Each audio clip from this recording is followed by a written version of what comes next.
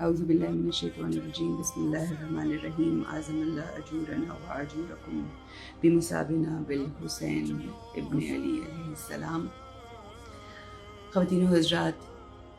آپ سب جانتے ہیں اس بات سے، تمام مومنین، تمام مسلمان، تمام انسان واقف ہیں کہ یوم عاشور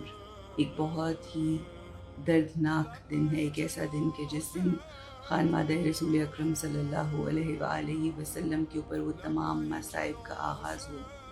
وہ تمام مصیبتیں، وہ تمام پریشانیاں، وہ تمام مشکلات کا آغاز ہے خانوادہ رسول اکرم محمد مصطفیٰ، جنہوں نے حق کی خاطر شہادت کو قبول کیا۔ امام حسین علیہ السلام کے وہ جملے کے امام ارشاد فرماتے ہیں کہ ذلت کی زندگی سے بہتر ہے کہ حسین عزت کی موت اختیار کرے۔ امام حسین علیہ السلام نے دین اسلام کو بچانے کے لیے جو قربانیاں دی، یہ رات جو آج شب بیداری کی رات تھی، جو ہمیں جاگ کر ہم نے گزاری اور اپنے امام سے اس بات کا تجدید عہد کیا، اپنے امام سے اس بات کا وعدہ کیا کہ اے امام، ہم آپ کو آپ کی صدا کے اوپر حل من ناصر ینصرنا کی جو صدا ہے اس کے اوپر لبیک کہتے ہیں۔ ہم نے یہ پورا عشرہ یہی کوشش کی ہے کہ ہم اپنے اندر، اپنی روح کے اندر، روح میں ان کوالٹیز کو اجاگر کریں جو ہمیں خاصا نظر آتی ہے کربلا میں موجود اصحاب کا، کربلا میں موجود اولاد امام حسین علیہ السلام کا، اور بنی ہاشم کے ان تمام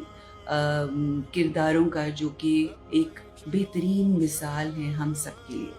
آج کی رات جو شب عاشور تھی، وہ امام حسین علیہ السلام نے جیسا کہ میں نے رات کے سیشن میں بھی کہا کہ 3 حصوں میں تقسیم کر دی تھی۔ اس میں ایک حصہ جو تھا اس میں اپنے اصحاب سے گفتگو فرمائی، ایک حصے میں اپنی اولاد، اپنے بچوں، اپنے اہل و عیال کے ساتھ صرف کیا، اور ایک حصہ امام عالی مقام نے عبادت و تحلیل و عبادت میں گزارا، اللہ سبحانہ و تعالیٰ کی بارگاہ میں مناجات کی، اللہ کی بارگاہ میں دعائیں کی، استغفار کیا، نوافل ادا کیے، اور تمام خیموں میں سے جو امام حسین علیہ السلام کے جو خیمے لگے ہوئے تھے وہاں سے ہر طرف سے اس طرح سے آوازیں آ رہی تھیں تلاوت قرآن کلام پاک کی کہ جس طرح سے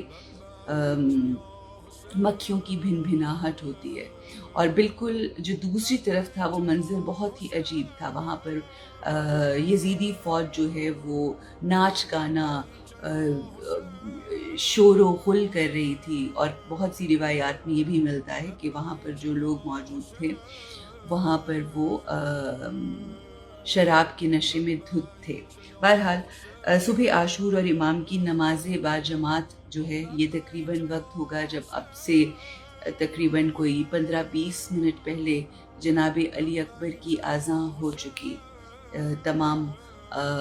جتنے بھی اصحاب تھے، جتنے بھی اہل و عیال تھے، انہوں نے تیاری کی ہوگی انہی لمحات میں نماز پڑھنے کی۔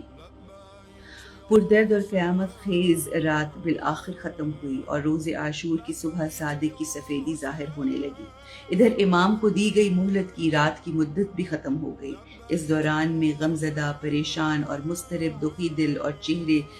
سے افق صبح پر نظر کی اور کلمہ استرجاع پڑھا، ان للہ و انا الیہ راجعون۔ اچانک اپنے شہزادے علی اکبر کی اذان کی آواز کان میں گونجی۔ حضرت نے خود کو نماز صبح کا فریضہ ادا کرنے کے لیے تیار کیا اور خیمہ سے باہر نکلے۔ جو ہی دین کے آفتاب سلطان حجاز نے نماز کے لیے افق خیمہ سے طلوع کیا تو تمام اصحاب اور انصار شہزادگان جلدی جلدی اپنے خیام سے نکلے اور سب امام کے پیچھے صف بستہ ہو گئے تاکہ آپ کی اقتداء میں نماز با جماعت ادا کریں۔ اس پر بلدشت اور پرآشوب بیابان میں ایسے خالص نمازی تھے کہ فرشتوں نے ان کی نماز دیکھ کر آسمانوں پر گریہ کیا، کیونکہ اس جماعت میں شریک ہر شخص جانتا تھا کہ یہ میری آخری نماز حق ہے۔ ہمارے امام کے پیچھے پڑھی جانے والی یہ آخری نماز ہے، اس سے پہلے کہ ہم ساقی کوثر سے جا ملیں۔ جو شخص اپنی آخری نماز پڑھ رہا ہو، ہم سمجھ سکتے ہیں کہ وہ کس قدر خلوص کے ساتھ، کس نیت کے ساتھ پڑھے گا۔ اور یہ اصحاب باوفا، اصحاب امام حسین علیہ السلام نے اس طرح سے پرخلوص طریقے سے نماز ادا کی۔ امام جعفر صادق علیہ السلام روایت کرتے ہیں کہ امام علیہ السلام نے فرمایا، جب امام حسین نے اپنے باوفا صحابہ کو نماز پڑھا لی تو ان باوفا صحابہ کی طرف متوجہ ہوئے اور فرمایا، خدا نے تمہیں جنگ کی اجازت دے دی ہے، اٹھو اور جنگ کے لیے آمادہ ہو جاؤ۔ ادھر جبرائیل نے آسمان و زمین کے درمیان کھڑے ہو کے فریاد کی، اے لشکر خدا انصار حق سوار ہو جاؤ۔ روز عاشور لشکر حق اور لشکر باطل کی صف آرائی۔ اب دیکھیے کہ جس وقت اذان ہو گئی، جس وقت امام حسین علیہ السلام کے تمام اصحاب و اہل و عیال اور تمام صحابیوں نے اور تمام دوستوں نے، تمام قریبی رشتہ داروں نے جب امام کی ابتدا میں نماز پڑھی ہوگی اور اس کے بعد جو ہے وہ تیاری شروع ہو گئی۔ دونوں جگہیں، دونوں سائٹس تھیں، دونوں جو خیمے تھے ان میں تیاریاں جو ہیں وہ شروع ہو گئی۔ روز عاشور لشکر حق و باطل کی جو صف آرائی ہوئی ہے اس کا منظر بھی میں اگر آپ کے سامنے پیش کرنا تھوڑا سا چاہوں گی کہ صبح عاشور ہوتے تو نماز صبح کے بعد امام علیہ السلام نے اصحاب اور صحافیوں کی صف بندی کی۔ جب آپ کے لشکر کی تعداد 32 یعنی 32 گھوڑ سوار اور 40 پیادہ تھے، حضرت نے زہیر، جو بہت بڑے دلیر، زہیر بن کین کی ہم بات کر رہے ہیں، شجاع اور شیر دل تھے، ان کو بلایا اور ایک علم ان کے ہاتھ میں دیا۔ یہ وہی وقت ہے کہ جس وقت امام حسین علیہ السلام وہ علم جو ہیں اپنے پیاروں کے ہاتھوں میں، اپنے دلیر شجاع فوجیوں کے ہاتھوں میں دے رہے تھے، اور یہ تھما کے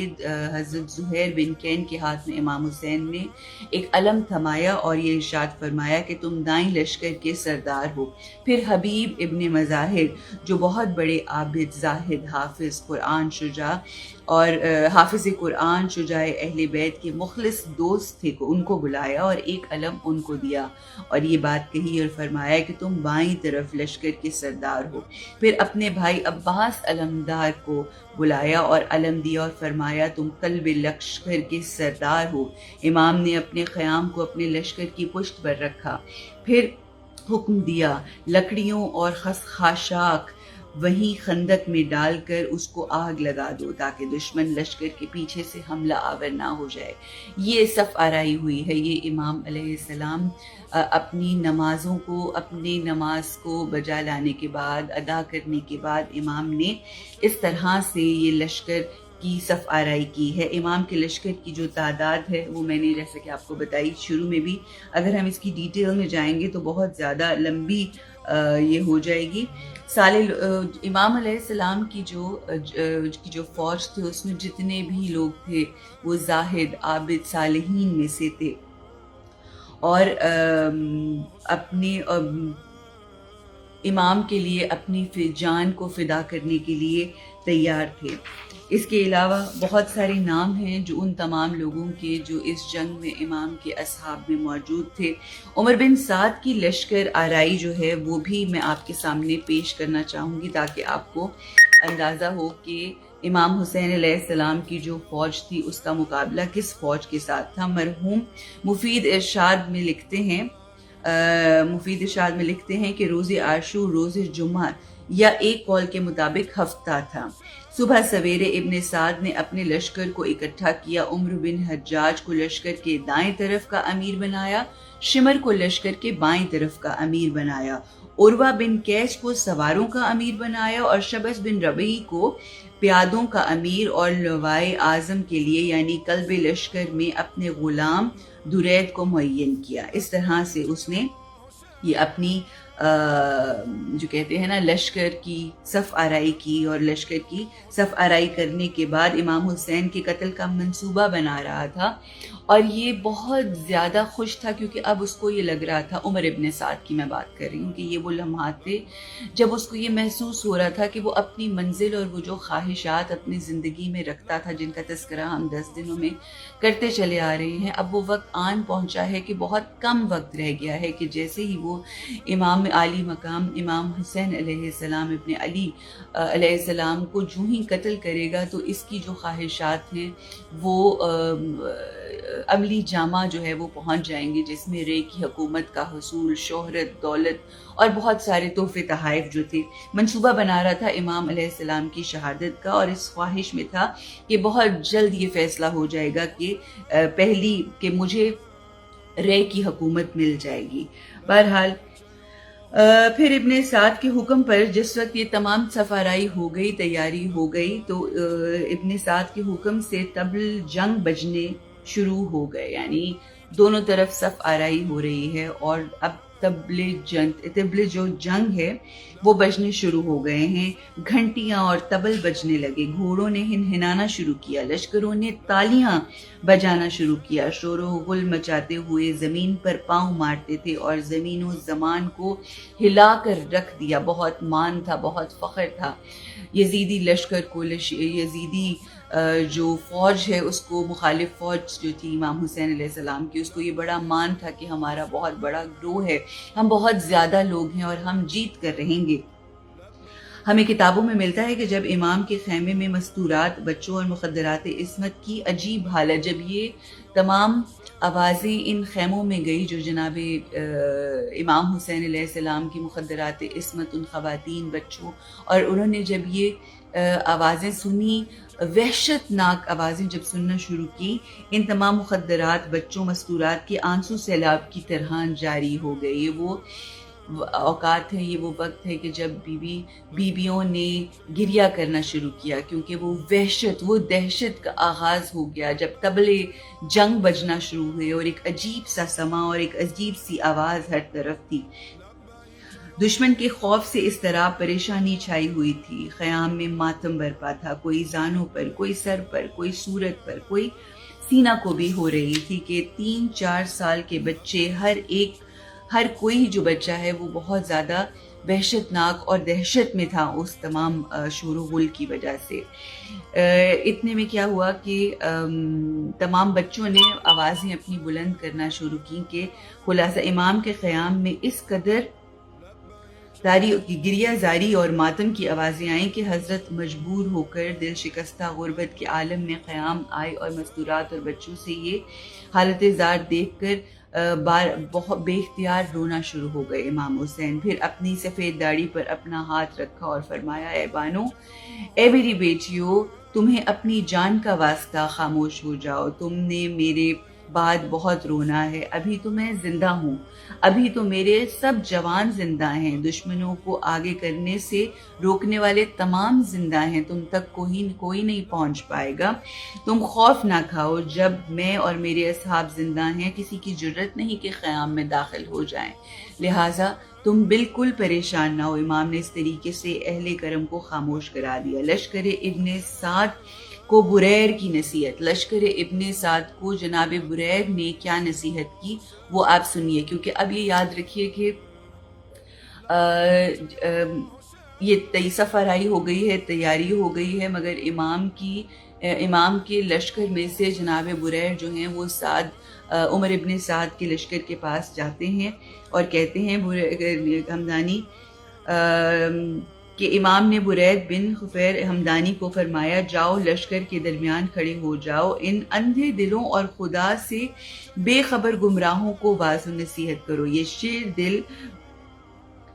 جوان جو ہیں جناب برید جو ہیں وہ امام کی بات سن کر جاتے ہیں، لشکر حسینی سے نکلے اور لشکر ابن سعد کے قریب جا کر جب گئے تو فرمایا کہ اے بے ترس اور بے خوف قوم، یہ کس سے خطاب کر رہے ہیں جناب بریر؟ ہر کوئی حجت تمام کر رہا ہے، ہر کوئی امام حسین ابن علی کی جانب سے ان کو بارہا نصیحت کر رہا ہے، واعظ کر رہا ہے کہ ابھی بھی سمجھ جاؤ، تم نہیں جانتے کیا کہ جن کا کلمہ پڑھ رہے ہو، جس کی اذانیں دے رہے ہو، جن اذانوں کے اندر محمد الرسول اللہ آ رہا ہے، وہ اس حسین کے نانا ہیں، ان کے فرزند ہیں، یہ ان کا خون ہے کہ جن کا خون کرنے کے لیے تم جا رہے ہو۔ اب جناب بریر جو ایک صحابی باوفا تھے امام حسین کے، جب وہ جاتے ہیں تو وہ کیا ارشاد فرماتے ہیں، اے بے ترس اور بے خوف قوم، تمہیں خوف خدا نہیں ہے، اور تمہیں کیوں خوف خدا نہیں آتا، حالانکہ پیغمبر کی آل اور ذریت پر درد دلوں سے اس صحرا میں رات گزار رہی ہے۔ اگر تم پیغمبر کو مانتے ہو اور رسالت کا کلمہ پڑھتے ہو تو یہ اسی رسول کی اطرت ہیں، تم کچھ شرم کرو، کچھ حیا کرو۔ اسی لشکر کشی اور صف آرائی کا کیا مقصد ہے، اور کس دلیل اور حجت کے ذریعے اولاد رسول کا خون بہانے جا رہے ہو؟ ابن سعد نے لشکریوں نے جواب دیا کہ ہمارا ارادہ ہے کہ حجاز کا بادشاہ ابن زیاد کی بیعت کر لے، اور اگر بیعت نہیں کرتا تو ہم اس کو قتل کرنے کے لیے بالکل تیار ہیں۔ بریر نے فرمایا، کیا تمہیں یہ قبول نہیں کہ بادشاہ حجاز جہاں سے آئے ہیں واپس لوٹ جائیں؟ تو اس کے اوپر لشکر یزید نے، جو عمر ابن سعد جس کو کمانڈ کر رہا تھا، اس نے کہا کہ ہمیں صرف اور صرف یا امام حسین کا سر چاہیے یا پھر یزید کی اور ابن زیاد کے لیے بیعت چاہیے۔ اہل لشکر نے کہا، زیادہ مت بولو اور فضول گفتگو بند کرو۔ جب آپ کو پتہ ہے نا، جب نصیحت کی جاتی ہے، کوئی اچھی بات کی جاتی ہے اور آپ اس پہ عمل کرنے کے لیے راضی اور تیار نہیں ہوتے، تو وہ یہی کہتے ہیں کہ زیادہ مت بولو اور فضول گفتگو بند کرو۔ یہ صحرا اور بیابان کا راز جنگ کا مقام ہے، واعظ و نصیحت کا مقام نہیں ہے۔ اور پھر بریر کے اوپر لان تان کرنا شروع کر دی۔ بریر نے فرمایا، تمہاری یہ گفتگو خدا کی لعنت کی مستحق ہے۔ پھر آسمان کی طرف سر بلند کیا اور کہا، میرے اللہ تو جانتا ہے اس قوم کی بد کرداریوں اور بری حرکتوں کے بارے میں۔ جب لشکر ابن سعد بریر کی نفری لعنت ملامت جو ہے کو سنا تو اس نے دشمنی اور بغض میں اور اضافہ ہوا، اور غصے میں آ کر بریر کو تیروں کا نشانہ بنانے لگے۔ لشکر حسینی کا اب محاصرہ ہونے لگا ہے۔ لشکر امام حسین کا اب یہ یزید کی فوج جو ہے وہ محاصرہ کرنے لگی ہے۔ ابن سعد نے اپنے لشکر کو باقاعدگی سے تیار کیا اور اس کو حکم دیا کہ اب تم جا کے ان کو گھیر لو۔ امام حسین علیہ السلام نے اس سے پہلے اور آپ یہ سوچئے کہ کیسی بے حسی ہے ابن زیاد کے لشکر کی، یزید کے لشکر کی، عبید اللہ ابن زیاد کے لشکر کی، کہ نہ صرف یہ غلط کام کر رہے ہیں، نہ صرف یہ حرمت رسول کو پامال کر رہے ہیں، بلکہ ساتھ ہی ساتھ تمسخر اڑا رہے ہیں، مذاق اڑا رہے ہیں، ٹھٹھے کر رہے ہیں، جسے کہتے ہیں آپ ہماری زبان میں ہنسی مذاق کر رہے ہیں۔ حضرت امام حسین علیہ السلام کا واعظ و نصیحت کرنا شروع ہوتا ہے، اور امام حسین علیہ السلام نے بہت سے مختلف خطبات دیے ہیں۔ میں وہ خطبات آپ لوگوں کے سامنے پیش کروں گی۔ نصرت امام کے لیے فرشتوں کی آمد ہوئی ہے کربلا میں، اور امام حسین علیہ السلام نے ان کو واپس بھیجا ہے۔ مگر اس سے پہلے کہ میں آپ کو یہ بتاؤں، اس سے پہلے کہ ہم اس کا تذکرہ کریں کہ کس طرح سے فرشتوں کی آمد ہوئی اور کیا گفتگو ہوئی ہے امام حسین ابن علی سے ان فرشتوں کی، وہ جو واعظ اور نصیحت امام حسین علیہ السلام کر رہے ہیں، یہ واعظ اور نصیحت اور یہ الفاظ جو ہیں، یہ صرف اور صرف امام حسین علیہ السلام نے آج سے 1400 سال پہلے یزیدی لشکر کے لیے نہیں بولے۔ اب جو واعظ اور نصیحت کے الفاظ جو امام کا پہلا خطبہ ہے، جب امام پہلی حجت تمام کر رہے ہیں اور بارہا آخری لمحے تک فجر کی نماز سے لے کے آغاز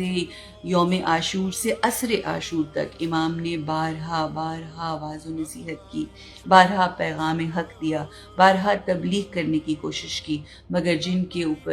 دلوں میں کفر لگ جائیں، جن کے دلوں میں تالے لگ جائیں بغض کے، وہ دل جو ہیں وہ کبھی نرم نہیں ہوتے۔ امام کیا ارشاد فرماتے ہیں کہ جب امام حسین علیہ السلام نے لشکر کی اس جسارت کو دیکھا کہ وہ تمسخر اڑا رہے ہیں، وہ ہنسی اڑا رہے ہیں، وہ مذاق کر رہے ہیں، دیکھا تو خود میدان میں آئے اور لشکر ابن سعد کے سامنے کھڑے ہو کر ایک نظر لشکر کی صفوں پر دوڑائی تو لشکر میں امام حسین کی نظر ابن سعد پر پڑی کہ وہ مسکراہٹ، خوشی اور سرور سے ارکان کوفہ سے مشغول گفتگو ہے۔ امام کو بہت دکھ ہوا، امام نے ٹھنڈی سانس لی اور پھر دنیا کی مذمت میں جو الفاظ بولے، دنیا کی مذمت میں جو جسے کہتے ہیں نا جملے امام کی زبان لسان مبارک سے نکلے، کیا کہتے ہیں امام؟ ارشاد فرماتے ہیں بے حد اور بے قیاس حمد خدا ہے جس نے دنیا پیدا کی لیکن اسے فانی اور زائل ہو جانے کے لیے بنایا۔ یہ دنیا بوڑھی مکار ہے جو اپنے اہل پر ضرور تصرف کرتی ہے، بس مغرور ہے وہ جو اس دنیا کا فریب کھائے اور شقی ہے۔ یہ جملے جب میں انشاءاللہ ہم پڑھیں گے، میں پڑھوں گی، آپ سنیں گے، اور میں بھی ظاہر ہے پڑھ بھی رہی ہوں اور سن بھی رہی ہوں، اور پڑھنے اور سننے کا مقصد یہ ہے کہ ہم اس پہ تدبر کریں۔ ان جملوں کو ہم نے اس طرح سے سننا ہے کہ جیسے امام ہم سے مخاطب ہیں،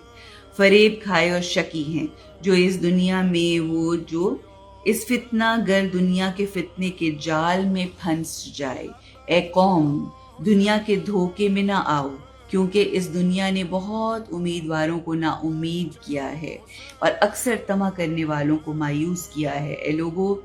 میں تمہیں دیکھ رہا ہوں کہ تم نے ایک ایسی بات پر اجتماع کیا ہے کہ جس بات سے تم خدا کی ناراضگی و غضب کا باعث بنے ہو، اور خدا نے تم سے اپنی رحمت دور کر دی ہے اور اپنے عذاب کو تمہارے قریب کر دیا ہے۔ کس قدر بہترین رب ہے ہمارا رب، اور کس قدر برے بندے ہو تم، کیونکہ تم نے پہلے پروردگار کی اطاعت کا اقرار کیا، یعنی اسلام قبول کیا، اور میرے جد امجد محمد مصطفیٰ پر ایمان لے کر آئے۔ پھر تمہیں کیا ہو گیا اور مجھ سے کیا دیکھا کہ اب تم نے میرے خلاف لشکر جمع اور آراستہ کیا اور میرے ذریت پیغمبر پر پانی بند کر کے ہمارا محاصرہ کر لیا اور ہمارے قتل کا ارادہ کیے ہوئے ہو۔ یہ شیطانی باتیں ہیں جو تمہارے دلوں میں ہیں، اور ذکر خدا کو تم سے شیطان نے بھلا دیا ہے۔ حق کو بھول گئے ہو، باطل کو پسند کر لیا ہے تم نے۔ ہائے افسوس تم پر اور تمہارے ارادے پر کہ بدکاری کر رہے ہو اور فرزند پیغمبر کو قتل کرنے کے لیے آئے ہو۔ ہاں، ہم اولاد پیغمبر پہلے ہی رحمت للعالمین کے ساتھ ہیں اور پھر بھی اسی رحمت خدا میں جائیں گے۔ اگر تم وہ لوگ ہو کہ ایمان لانے کے بعد کافر ہو گئے ہو، بس یہ قوم ظالم اور ستمکار ہے اور رحمت خدا سے دور ہے۔ امام نے جب یہ گفتگو فرمائی تو ابن سعد کو بہت زیادہ انسیکیورٹی ہونی شروع ہو گئی کہ یہ جس طرح کی واعظ و نصیحت کر رہے ہیں یہاں پر جو مسلمان ہیں، جن کو ہم بہت سے ایسے لوگ تھے کہ جن کو ہم دھوکہ دے کے غلط بیانی کر کے ہم لے کر ہیں، کہیں میرے لشکر کے ہماری فوج کے دل بدل نہ جائیں۔ ابھی تک جنگ کا آغاز نہیں ہوا۔ جب یہاں تک امام حسین علیہ السلام کی تقریر پہنچی تو ابن سعد نے اپنے لشکر کی طرف دیکھ کر کہا کہ تم میں سے کوئی ہے جو حسین کی باتوں کا جواب دے اور اسے خاموش کرا دے، اس کو زیادہ نہ بولنے دے، کیونکہ یہ شخص اسی کا بیٹا ہے جس کے سامنے فصاحت و بلاغت واضح و خاشع ہو جاتی تھی۔ خدا کی قسم، اگر حسین ایک دن اور بھی میدان میں تقریر کرتا رہا تو بھی اس کی باتیں ختم نہ ہوں گی۔ جانتے تھے کہ کس باپ کے بیٹے ہیں وہ جو فصاحت اور بلاغت، وہ ممبر سلونی پہ بیٹھنے والے اس خطیب ممبر سلونی کے باننے والے کے فرزند ہیں، تو وہ جانتے تھے کہ ان کی کوالٹیز کیا ہیں۔ باتیں ختم نہ ہوں گی اور کلام بند نہ ہوگا، بس بہت جلدی اسے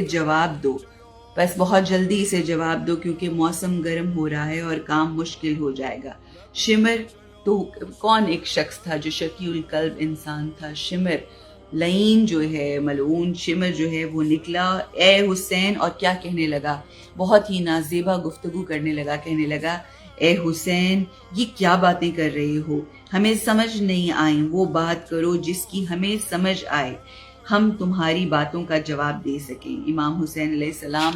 آگے سے ارشاد فرماتے ہیں کہ خدا سے ڈرو، مجھے قتل نہ کرو، کیونکہ مجھ جیسے شخص کا خون بہانا جائز نہیں اور میری ہتک حرمت کرنا حلال نہیں، کیونکہ میں تمہارے پیغمبر کی بیٹی کا بیٹا ہوں۔ میری نانی خدیجۃ الکبریٰ ام المومنین ہیں، ہمارے نانا کے فرمان کے مطابق میں اور میرے بھائی حسن جوانان جنت کے سردار ہیں، اور جنتی کو قتل کرنا جائز نہیں۔ یہ امام عالی مقام جو ہیں گفتگو کر رہے ہیں۔ صاحب کتاب حاضہ کا بیان ہے کہ عبارات مقتل سے یہ سمجھا جاتا ہے کہ حضرت امام بار بار واعظ نصیحت کے لیے میدان میں آتے، تمام حجت کرتے کہ ہو سکتا ہے ابھی بھی کوئی ایسا شخص ہو جو حق کی جانب پلٹ آئے، اب ہو سکتا ہے ابھی بھی کوئی ایسا شخص ہو جو اللہ سبحانہ وتعالیٰ کی بارگاہ کی طرف لوٹ آئے۔ مناجات امام، جب امام نے واعظ و نصیحت کر لی اور نصیحت کرنے کے بعد پھر امام نے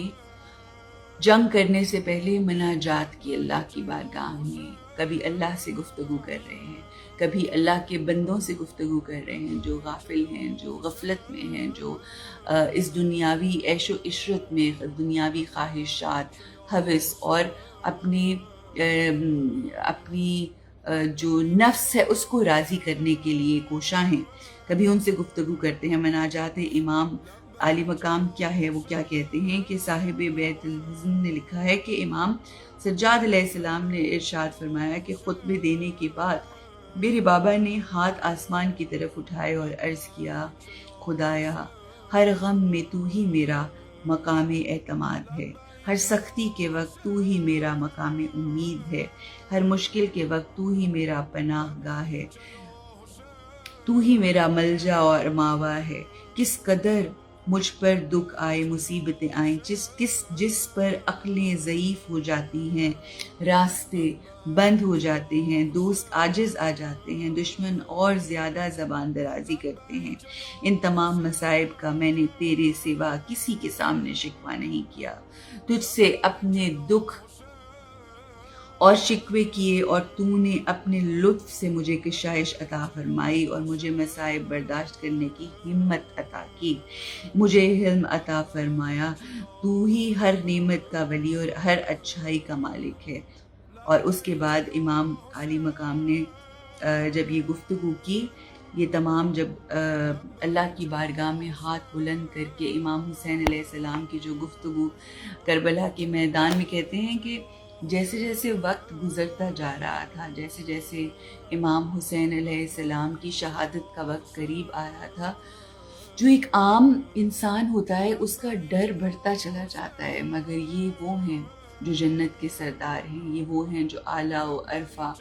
روح ہیں اور ارواح میں سے ہیں، یہ وہ ہیں جو سید الشہداء ہیں، یہ وہ ہیں جو جنت کے جوانوں کے سردار ہیں، یہ وہ ہیں جو علی ابن ابی طالب علیہ السلام کے فرزند ہیں، ان کے دل میں انہی کا نفس، انہی کا قلب ہے۔ امام کہتے ہیں جیسے جیسے وقت شہادت قریب آ رہا تھا، امام کے چہرے پہ اطمینان اور سکون جو ہے وہ بڑھتا چلا جا رہا تھا، اور یہی معجزہ ہے کربلا کا، یہی وہ چیزیں ہیں جو ہمیں احساس دلاتی ہیں کہ ہم جن کے ماننے والے ہیں وہ کیا اعلیٰ اور عرفہ کردار کے مالک ہیں، کس طرح سے جب انہوں نے یہ تمام گفتگو کی، اپنے رب سے مکمل مناجات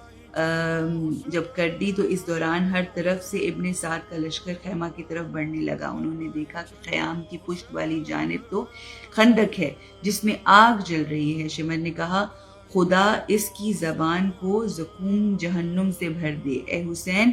قیامت سے پہلے اپنے لیے آگ پسند کر لی ہے، نعوذ باللہ۔ آپ ذرا دیکھیں کہ جرت دیکھیں، یہ شمر لعین ملعون کی جرت دیکھیں کہ کس قسم کے الفاظ جو ہے وہ استعمال کر رہا ہے۔ حضرت امام حسین علیہ السلام نے کہا کہ تم کیا بول رہے ہو، کیا بھونک رہے ہو؟ اصحاب نے عرض کیا، مولا یہ شمر ملعون ہے۔ امام نے فرمایا اے ولد الزنا اور اے بکریاں چرانے والی کے بیٹے، تو جہنم میں جانے کا مستحق ہے۔ پھر مسلم بن اوسجہ آگے بڑھے اور عرض کیا، اے فرزند رسول، مجھے اجازت دیں اس گستاخ شمر کو تیر مار کر ہلاک کر دوں، کیونکہ دشمن خدا فاسق ہے، جابر لوگوں کا سردار ہے، اور خدا نے اس کو ہلاکت ابھی ہمارے لیے آسان کر دی ہے۔ لیکن امام نے اجازت نہ دی اور فرمایا، یعنی میں پسند نہیں کرتا کہ جنگ کی ابتدا میری طرف سے ہو۔ جنگ کی ابتدا جب بھی ہوئی وہ یزید کے لشکر کی طرف سے ہوئی۔ امام نے ایک اور خطبہ دیا اور ان تمام خطبوں کا اثر کچھ اس طرح سے ہوا کہ جناب حر جو ہے ان کی جناب حر نے جب یہ دیکھا یہ جو ظلم و ستم ہو رہا تھا، اور وہ یہ سمجھ رہے تھے کہ شاید بات جو ہے وہ قتل تک اور جنگ تک نہ پہنچے، مگر جب بات واقعی جنگ تک پہنچ گئی تو جناب حر جو ساری رات، جو یہ شب بیداری ہم لوگوں نے کی آج کی رات جو گزر گئی، تو امام جناب حر جو ہے وہ امام کی گفتگو سنتے رہے، امام کے کردار کو دیکھا، امام کی گفتار کو دیکھا، امام کے معاملات کو دیکھا، اور معاملات دیکھنے کے بعد جب یہ واعظ و نصیحت امام فرما رہے تھے تو جناب حر کی تقدیر بدل گئی۔ وہ گفتگو سب کے لیے تھی، مگر اس کا اثر جناب حر کے دل کے اوپر ہوا، اور جناب حر نے کیا معاملات ہوئے کہ جب میدان میں امام نے استغاثہ بلند کیا، حل من ناصر ینصرنا، تو استغاثے کی آواز تمام صحرا اور بیابان کربلا میں گونجی، اور یہی صدا حر بن یزید الریاحی کے کانوں میں بھی پہنچی تو اس کا دل اداس ہو گیا، بدن میں لرزہ پیدا ہو گیا، حیرت کے دریا میں ڈوب گیا، فکر کے سمندر میں غوطہ زن ہو گیا۔ اس کے اندر غیرت اور حمیت کی انگڑائی لی، اندرونی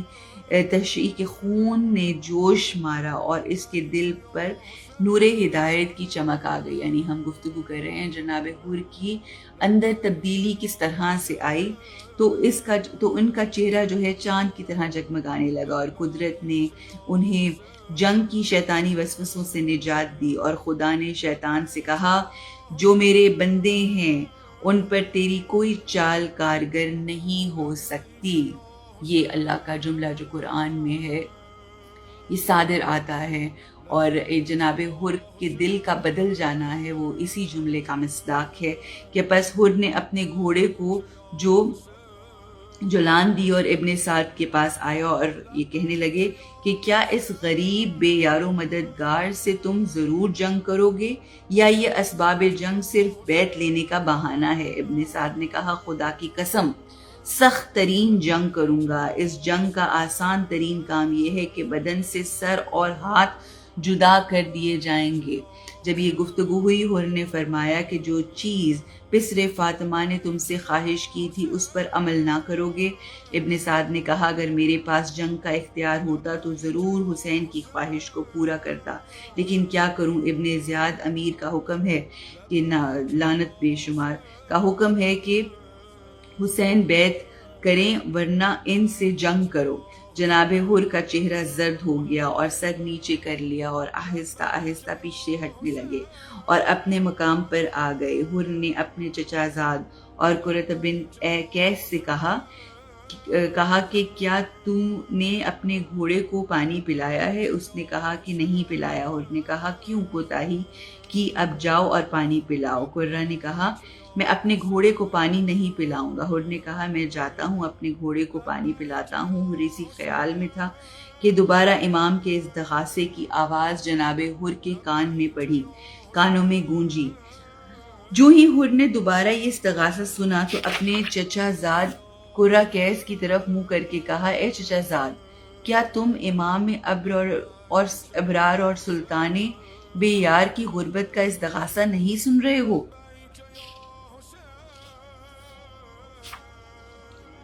یہ سوال کیا انہوں نے اپنے چچا زاد سے۔ تو کیا تم ہمارے ساتھ آ سکتے ہو؟ اس لشکر کو چھوڑ کر، اس عالم کو چھوڑ کر اکٹھے مصطفیٰ کے جگر گوشہ کے پاس اکٹھے جائیں گے۔ اگر جنگ ہو تو ہم ان کی مدد کریں گے، ان کی نصرت کریں گے۔ یہ وہ وقت تھا کہ جناب حر کا جو دل ہے وہ بدل گیا، اور وہ جو استغاثہ، جو حل من ناصر ینصرنا کا استغاثہ تھا، وہ اثر کر گیا جناب حر کے اوپر یہی وہ وقت ہوگا شاید کہ جب امام استغاثہ کر رہے ہوں گے، مناجات کر رہے ہوں گے، اپنی مدد کے لیے لوگوں کو بلا رہے ہوں گے کہ کوئی ہے۔ وہ جو ہم نے کہا نا کل کی بات، جو مہلت لی، وہ مہلت اپنے لیے نہیں بلکہ وہ مہلت لی گئی تھی، مہلت دی گئی تھی لشکر یزید کو کہ ہو سکتا ہے کہ اس میں سے کوئی شخص جو ہے وہ ہماری طرف آ جائے۔ اتنے میں اے میرے چچا زاد، دنیا رہنے کی جگہ نہیں ہے، یہ فرما رہے ہیں جناب حر، دنیا کی نعمتیں کس پر ہمیشہ نہیں رہتی، شاید اس غریب امام کی بدولت ہمیں شہادت کی دولت مل جائے اور ہم اہل سعادت سے شمار ہو جائیں اور روز قیامت فرزند پیغمبر کے ساتھ محشور ہوں گے اور ہمیشہ کی نعمتوں سے مسرور ہوں گے۔ قرہ بن قیس بے سعادت نے کہا کہ مجھے ان کی ضرورت نہیں ہے۔ حر بن ریاحی نے بیگانوں سے منہ چھپاتے ہوئے اپنے بیٹے کے پاس آیا اور کہا کہ اے فرزند، میں جہنم کی آگ برداشت کرنے کی طاقت نہیں رکھتا اور جبار اللہ کا غضب برداشت نہیں کر سکتا اور نہ اس کی طاقت رکھتا ہوں کہ کل قیامت کے دن پیغمبر سے میری دشمنی ہو۔ تم نے جگر گوشہ بطول فرزند رسول کا غربت کا استغاثہ نہیں سنا؟ کیا تمہارے کانوں کو سنائی نہیں دے رہا؟ جس قدر مدد مانگ رہے ہیں، کوئی ان کا حامی و ناصر نہیں۔ تم آؤ میرے ساتھ تاکہ حسین کی خدمت میں جائیں۔ حر کے فرزند ارجمند نے کہا، بابا آپ کا حکم میرے سر آنکھوں پر ہے۔ اور پس دونوں سلطان العالمین کے حضور میں شرف یابی کے قصد سے آہستہ آہستہ آ رہے تھے۔ ابن سعد کے لشکر کی صفوں کو چیرتے ہوئے اوس مہاجر کے پاس سے عبور کیا۔ اوس مہاجر نے پوچھا، اے بہادر، کیا خیال ہے؟ کیا میدان میں تم پہلے شجاعت اور بہادری دکھانا چاہتے ہو؟ جناب حر نے مہاجر کا جواب نہ دیا، جبکہ زین حر کا بدن بید کی طرح اس قدر کانپ رہا تھا، بدن کی ہڈیوں کی آواز سنائی دیتی تھی۔ مہاجر نے کہا، اے حر، مہاجر یزیدی فوج کے لشکر میں کوئی ایک سپاہی ہے جس کا نام تھا، اور خدا کی قسم میں تمہاری حالت دگرگوں دیکھ رہا ہوں۔ میں نے تجھے بڑے میدانوں میں دیکھا ہے، تیری شجاعت اور تیری بہادری کو میں بہت پسند کرتا ہوں۔ اگر کوفہ کے شجاعوں کے متعلق مجھ سے کوئی سوال کرتا تو میں تیرا نام لیتا۔ جناب حر نے کہا، اے مہاجر، خدا کی قسم میں اپنے آپ کو جنت و جہنم کے درمیان، یہ بہت ہی مونیومنٹل جملہ ہے جناب حر کا، ضرور سنیے، غور سے سنیے۔ یہ جناب حر نے یوم عاشور جو دن ہے کا وقت ہے، عاشور کا جو دن ہے جب آغاز ہے، یہی وہ وقت ہے کہ فجر کی نماز کے بعد جب جناب حر نے آواز استغاثہ سنی امام علی مقام کی، تو اس نے اب فیصلہ کر لیا کہ بس this is about time for me to leave. یہ رات بڑی مونیومنٹل رات تھی۔ میں اپنے آپ کو کیا کہتے ہیں جناب حر کہ اے مہاجر، میں اپنے آپ کو جنت اور جہنم کے درمیان پاتا ہوں، لیکن میں نے جنت اختیار کرنے کا فیصلہ کر لیا ہے، یہ کہا اور گھوڑے کو ایسا تازیانہ لگایا کہ گھوڑے ہوا میں اڑنے لگے۔ جناب حر نے سر پر ہاتھ رکھے اور حالت دارگریہ میں عجز و نیاز سے کہہ رہے تھے، پروردگار، میں تیری طرف لوٹ آیا ہوں، میری توبہ قبول کر لے، میرے گناہ معاف کر، کیونکہ میں نے تیرے پیاروں کو ڈرایا ہے اور میں نے پیغمبر کی بیٹی کی اولاد کو پریشان کیا ہے۔ یہاں پر ندامت بہت ضروری ہے، ایک ایلیمنٹ ہے جو ہمیں جناب حر میں نظر آ رہی ہے، جو یوم عاشور امام ندامت کے ساتھ اللہ کی بارگاہ میں یہ بارہا بات کہہ رہے ہیں کہ اے مالک، میں نادم ہوں، آج ان کی یہ حالت دیکھ کر میں شرمندہ ہوں۔ اسی طرح زمزمہ کرتا ہوا، روتا ہوا حضرت امام حسین کے اصحاب کی صف کے قریب پہنچے۔ اصحاب نے راستہ دیا۔ اس مرد دین دار کی نظر جوں ہی جمال پر ملال حسینی پر پڑی تو دل سے فریاد کی اور خود کو گھوڑے سے گرا دیا۔ بہت سی روایات میں یہ بھی آتا ہے کہ جناب حر نے اپنی عبا کا جو دامن ہے اپنے چہرے کے اوپر ڈالا ہوا تھا، اور جو اپنے ہاتھ تھے اس کو رسیوں سے باندھا ہوا تھا، اور امام کی طرف دیکھ بھی نہیں پا رہے تھے۔ یہ مختلف روایات جو ہمیں ملتی ہیں۔ چہرے پر خاک لگائی اور امام کے قدموں پر گر پڑے، قدموں کو بوسے دیے اور زاروں قطار روتے ہوئے یہ کہنے لگے کہ میری غلطی معاف کر دیں اے میرے مولا، اے میرے آقا، میں آپ سے بہت شرمندہ ہوں۔ اور پھر بہت بلند بلند آواز سے روئے، آہو بکا کی۔ امام علیہ السلام نے فرمایا اے بزرگوار، اپنا سر بلند کیجئے، بلکہ روایت میں یہ بھی ہے کہ امام خود جھکے اور حر کا سر خود خاک سے اٹھایا اور اپنے پاک ہاتھوں سے حر کے چہرے پر لگی ہوئی خاک کو صاف کیا۔ خواتین و حضرات، یہ ہے وہ کریم ابن کریم جو کرم کی انتہا کر دیتے ہیں، وہ جو آپ کے اوپر ظلم و ستم کرتا ہے، وہ جو وجہ بنتا ہے آپ کی اس قتل کا باعث بنتا ہے، جو آپ کو مختلف بیابان راستوں سے لے کے آپ کے خانوادے کو، آپ کے گھر والوں کو، آپ کے اصحاب، آپ کے اہل و عیال کو اس کربلا کے میدان میں لے کر آتا ہے، جب وہ نادم ہوتا ہے اور وہ جب اپنی غلطی کا احساس کرتا ہے، جب وہ امام حسین کی بارگاہ میں آتے ہیں، دل سے اپنی غلطی کو مانتے ہیں، اس کے اوپر شرمندہ ہوتے ہیں، اپنے عمل کو بدلتے ہیں۔ This is a very very important point, جب اپنے عمل کو بدلتے ہیں۔ بہت ضروری ہے کہ ہم جب اپنا تجدید عہد کریں تو ہم نہ صرف اپنی پرانی کی ہوئی غلطیوں کو تسلیم کریں، اس پہ ندامت حاصل کریں، بلکہ ہم پھر اپنے خیموں میں تبدیلی لے کر آئیں، اپنی سوچ میں، اپنی فکروں میں، جس طرح جناب حر جو ہیں وہ نکل کر آئے، وہ نکل کر آئے یزیدی خیموں سے، یزیدی لشکر سے نکل کر، جس طرح سے وہ امام حسین کے لشکر میں آئے، بالکل اسی طرح سے جب ہم یہ فیصلہ کرتے ہیں تو پھر ہماری زندگیاں بدل جاتی ہیں۔ پھر یہ کریم ابن کریم جو یہ سخی گھرانہ ہے، جو کریم گھرانہ ہے، وہ پھر تحفے میں جناب بی بی فاطمہ الزہرا کے رومال دیتے ہیں، مگر اس کے لیے عمل کی تبدیلی ضروری ہے۔ اور اب کفر اور ایمان کی جنگ کا آغاز ہے۔ روز عاشور جب دونوں لشکر آمنے سامنے تھے، کئی بار امام نے غدار اور مکار قوم کو، جیسا کہ میں نے آپ کو بتایا کہ امام جو ہیں وہ بارہا لوگوں کے اوپر کو واعظ اور نصیحت کر رہے تھے، اور یہ اب جنگ کا آغاز جو ہے وہ روز عاشور ہو رہا ہے۔ جنگ کے آغاز سے پہلے جناب حر کا امام حسین کے قافلے میں آنا، اور انشاءاللہ آج کے روز جو مختلف واقعات اور جو مختلف معاملات ہوئے، جس طرح سے جو حالات رہے کربلا کے میدان میں، خیموں کے کیا حالات تھے، خیام میں کیا ہوتا رہا، تمام بیویاں مخدرات عصمت جو ہیں انہوں نے کیا گو تھرو کیا، کیا مشکلیں، کیا مصائب، کس طرح سے گریا، کس طرح سے بچوں کو سنبھالا، بچے کس طرح العطش کرتے رہے سارا دن، اور کس طرح سے ایک ایک کر کے امام حسین علیہ السلام نے اپنے جگر کے ٹکڑوں کو کربلا کے میدان میں اس طرح سے چھوڑا، یا اس طرح سے ان کی شہادتوں کو اللہ کی بارگاہ میں ہدیہ کے طور پہ دیا۔ اور یہ تمام ماجرا اپنی آنکھوں سے دیکھتے رہے۔ اور ایک بات جو بہت ضروری ہے، جو ہمیں اپنے ذہنوں میں رکھنی ہے، کہ جب آپ کا تعلق، جب آپ کا کنیکشن اپنے رب کے ساتھ اسٹرانگ ہوتا ہے، اور جب آپ ہر طاقت جو ہے، جو آپ کی ہر امید جو ہے اپنے رب کے ساتھ ہوتی ہے،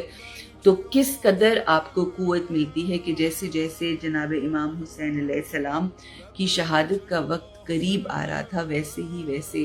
امام حسین کے چہرے پہ سکون، اطمینان، اور جسے کہتے ہیں نا کہ کنٹینٹمنٹ، سیٹسفیکشن جو ہے وہ بڑھتی چلی جا رہی تھی۔ اور یہ باتیں ہم کیوں کر رہے ہیں؟ یہ باتیں اس لیے کر رہے ہیں کیونکہ یہ ہم نے سیکھنی ہے، ہم نے ان کا شعور حاصل کرنا ہے، اور شعور حاصل اس لیے کرنا ہے تاکہ ہم ان کو اپنی زندگی میں پریکٹس کر سکیں اور ایک بہترین زندگی گزار سکیں۔ آج کا دن ہے اللہم العن قتلۃ الحسین اصحابہ، اور یہ ہم پڑھتے رہیں، اور اللہ اور اس کے نبی اور اس کی آل اولاد کے اوپر سلام اور درود بھیجتے رہیں۔ آج کا دن عزاداری کا دن ہے، آج کا دن پروٹیسٹ کا دن ہے، آج کا دن پوری دنیا کو بتانے کا دن ہے کہ کس طرح سے امام حسین علیہ السلام کے اوپر دشت کربلا میں ظلم و ستم ہوا، کس طرح سے حق پہ کھڑے ہونے والے امام حسین علیہ السلام نے باطل کو نیست و نابود کر دکھایا، اور کس طرح سے امام نے یہ شہادتیں دے کر کس طرح سے اللہ کے پرچم کو، حق کو سر بلند کیا، سچ کی جیت ہوئی، جھوٹ ہار گیا، اور یزید جو ہے اس کو نیست و نابود کر دیا۔ کس طرح سے صبر کی تلوار سے امام حسین علیہ السلام نے ایسی جنگ لڑی کہ اس تکبر رکھنے والے یزید، عبید اللہ ابن زیاد اور اس دنیا کا لالچ رکھنے والے عمر ابن سعد کو نیست و نابود کر دیا۔ آج کا دن سیکھنے کا دن ہے، آج کا دن زندگی کو بدلنے کا دن ہے، تجدید عہد کا دن ہے۔ آئیے اس دن کا آغاز کرتے ہیں اس یقین اور اس امید اور اس دعا کے ساتھ کہ اے رب ہمیں تو ویسا بنا دے جیسا تو اپنے بندوں کو چاہتا ہے، ایسی اپنی زندگی گزارنے کی توفیق عطا فرما۔ زیارت عاشورہ کے وہ جملے کہ اے اللہ ہماری زندگیوں کو خانوادہ رسول اکرم محمد و آل محمد جیسی زندگیاں قرار دے، اور ہماری موت کو جناب رسول خدا آل محمد مصطفیٰ کی موت جیسی قرار عطا فرما، اور ہمیں اس طرح سے اپنی روح کو اللہ کے حوالے ہمیں کرنے کی توفیق عطا فرما کہ ہم آسانی کے ساتھ اپنی تمام آنے والی منزلوں کو پورا کر سکیں۔ آمین یا رب العالمین۔ اپنا خیال رکھیے، آج کا دن بہت ذمہ داری کے ساتھ منائیے۔ آج کا دن ہمیں ذمہ دار عزادار بن کر گزارنا ہے۔ آج کا دن ہم نے گواہ بننا ہے سید الشہداء کی اس دی گئی ان تمام شہادتوں کا گواہ بنتے ہوئے ہم نے اپنے دلوں کو، اپنی ارواح کو پاک کرنا ہے، تاکہ ہم اپنی زندگیوں کو جناب حر کی طرح بدل دیں آج، جناب زہیر بن کین کی طرح بدل دیں آج، اور پھر اس طرح سے اپنی زندگی گزاریں جس طرح سے ہمارا اللہ، ہمارے مولا، ہمارے آقا چاہتے ہیں کہ یہ زندگی گزاری جا سکے۔ اسی دعا کے ساتھ